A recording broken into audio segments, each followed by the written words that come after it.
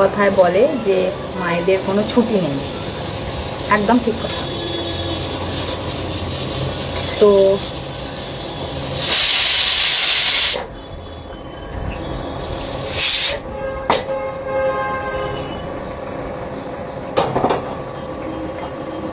সত্যিই মায়েদের কোনো ছুটি নেই, তার কারণ প্রত্যেক দিন রান্না করতে হয়। সকালে জল খাবার, দুপুরের ভাত ডাল, আর তার সাথে রাতের খাবার তো আছে। বেশিরভাগ দিনই আমরা যেহেতু রুটি খাই, তো মায়েরা রুটি করে মা।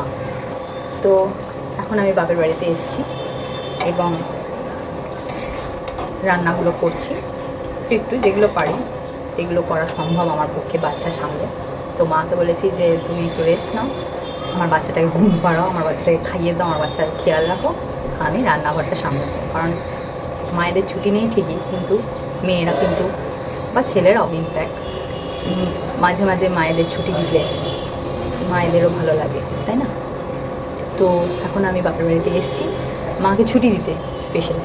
তো মা এখন বাচ্চা সামলাচ্ছে, আমার বাচ্চাকে টাইমে টাইমে খাইয়ে দিচ্ছে, জল খাওয়াচ্ছে, ঘুম পাড়াচ্ছে, এখনই যেমন ঘুম পাড়াচ্ছে, আর আমি এখানে রান্নাগুলো করে নিচ্ছি ঝপাঝপ। তো মায়েদের যেহেতু ছুটি থাকে না, তাই জন্য মাঝে মাঝে ছুটি দিতে হয়।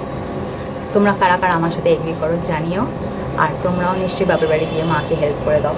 কারা কারা মায়ের ছুটি দাও সেটাও জানিও।